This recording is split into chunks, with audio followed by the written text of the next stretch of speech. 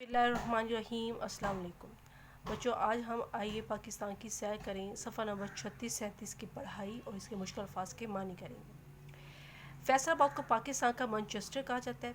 यहाँ कपड़ा बनाने की सनत है। खेलों के सामान और आलात जरही बनाने में सियालकोट का कोई सानी नहीं। अजीम फ़लसफ़ी शायर अल्लामा मोहम्मद इकबाल इसी शहर में पैदा हुए थे।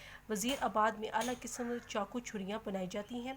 गुजरात की पहचान उम्दा किस्म के फ्रिजों के साथ पंखा साजी की सन से भी है। गुजरातवाला में बिजली से चलने वाली अशिया मसलन वॉशिंग मशीनें, पंखे, रूम कूलर और हीटर बनते हैं। चिन्योर में बना हुआ फर्नीचर अपनी मिसाल आप है। पंजाब की ज़मीन इंतहाई ज़रख़ेज़ है। यहाँ बेहतरीन नहरी निज़ाम मौजूद है। ज़मीन की ज़रख़ेज़ी की वजह से यहाँ फसलें खूब उगती हैं। गंदम, कपास, गन्ना और चावल यहाँ पैदा होने वाली मशहूर फसलें हैं। छावांगा का जंगल अपनी नौयत के लिहाज से दुनिया में इन्फरादियत रखता है। ये 12,510 एकड़ पर फैला हुआ है। ये दुनिया का सबसे बड़ा जंगल जिसे खुद उगाया गया है। चोलिस्तान के रेगिस्तान भी इस सूबे में है। यहाँ खेवड़ा के मुकाम पर दुनिया की दूसरी बड़ी नाम की कान है। पंजाब में कोयले के भी वाफर ज़खायर मौजूद हैं। इसके अलावा पंजाब में साइफल के करीब हड़प्पा से मिलने वाले आसार कदीमा भी ख़ास अहमियत रखते हैं। सिंध को मेहरान के नाम से पुकारा जाता है। सिंध का लफ्ज़ सिंधु से निकला है। संस्कृत में सिंधु दरिया को कहते हैं। दरियाए सिंध की वजह से इसे ये नाम दिया गया है। यहाँ का दारुल हुकूमत कराची है। यह पाकिस्तान का सबसे बड़ा शहर है। इसे रोशनियों का शहर कहा जाता है। पाकिस्तान की सबसे पहली बंदरगाह भी कराची में है। बानी पाकिस्तान कायद-ए-आज़म मोहम्मद अली जिन्ना का ताल्लुक़ कराची से था। उनका मज़ार भी कराची में है। मोहम्मद बिन कासिम ने 712 में राजा दहर को शिकस्त दी और सिंध को फ़तह किया। मोहम्मद बिन कासिम के हुस्न सुरूर से मुतासर होकर गैर मुस्लिमों की एक कसीर तादाद हल्का बागोशा इस्लाम हुई। तम अब भी सिंध में हिंदू कौम खासी बड़ी तादाद में आबाद है। इसकी आबादी का 7.5% हिंदू आबादी पर मुश्तमिल है। सिंध में बोली जाने वाली बड़ी ज़ुबान सिंधी है। वादिय सिंध की तहजीब इंतहाई कदीम है। मौजूदारों से मिलने वाले आसार कदीमा यहाँ के कदीम लोगों की फ़नी महारत और आला मेयारी ज़िंदगी का पता देते हैं।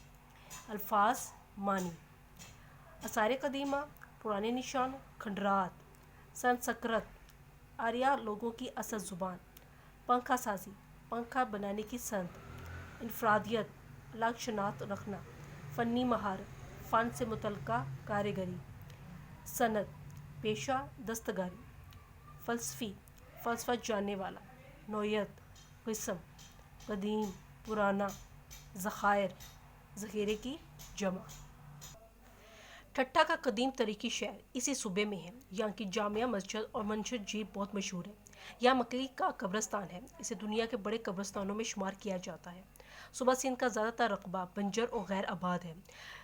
जहाँ जहाँ आबाशी के लिए पानी मौजूद है वहाँ फसलें होती हैं। यहाँ आम, खजूरों और केले के बागात हैं। सिंध में लोग भेड़, बकरियों और ऊँट पालते हैं। सिंध में 3.5 करोड़ के लगभग लोग आबाद हैं। यहाँ की सिंधी टोपी और अजरक ख़ास तौर पर मशहूर है। सिंध के मशहूर शहरों में हैदराबाद, सक्खर, नवाबशाह, मीरपुर ख़ास और लाड़काना शामिल है। खैबर पख्तूनख्वा का पुराना नाम शुमाल मगरबी सरहदी सूबा था। इसका सूबाई दारुल-हुकूमत पेशावर है। मर्दान, डेरा इस्माइल खान, एबटाबाद, हरीपुर और बन्नू इस सूबे के मशहूर शहर हैं। यहाँ ज़्यादातर लोग पश्तो ज़ुबान बोलते हैं। खैबर पख्तूनख्वा के मशरक़ी हिस्सों हज़ारा डिवीज़न ख़ास तौर पर एबटाबाद, मानसेरा और हरीपुर में हिंदू को बोली जाती है। आपने दर्रा खैबर का नाम तो सुना होगा। ये भी इसी सूबे में है। अफ़गानिस्तान जाने के लिए इस पहाड़ी दर्रे में से गुजरना पड़ता है। इसकी लंबाई 53 किलोमीटर है। ये सूबा अपनी कुदरती नज़ारों की फरावानी की वजह से मशहूर है। सवात और कगान की वादियों का हुस्न देख कर इंसान हैरान रह जाता है। यहाँ झील सैफ-ए-मलूक इस कदर हसीन और दिलकश है कि इंसान इसके मनाज़र में खो कर रह जाता है। दुनिया भर से आने वाले सियाह इन इलाकों की सैर करते हैं। सवात की वादी इस कदर हसीन और जमील है कि इसे पाकिस्तान का स्विट्ज़रलैंड भी कहा जाता है। सूबा खैबर पख्तूनख्वा के लोग अपनी मेहमान नवाजी और जफाकशी की वजह से शोहरत रखते हैं। यहाँ गंदम, मक्की, तंबाकू के अलावा मुख्तलिफ फल भी पैदा होते हैं। अल्फाज मानी: आपाशी, खेती को पानी देना, दर्रा, दो पहाड़ों के दरमियान का रास्ता, फरावानी, कसरत से पाया जाना, फितरती हुस्न, कुदरती खूबसूरती, दिलकश, दिल को अच्छा लगने वाला, लगभग, करीब करीब, स्याह, सैर करने वाले लोग, حسین و جمیل، خوبصورت، مہمان نوازی، مہمان کی خدمت کرنا، جفا کشی، محنت۔ پیارے بچوں، ویڈیو کو دوبارہ دیکھیں، الفاظ معنی یاد کریں اور دی گئی جگہ پر لکھ کر اس کی مشق کریں۔ السلام۔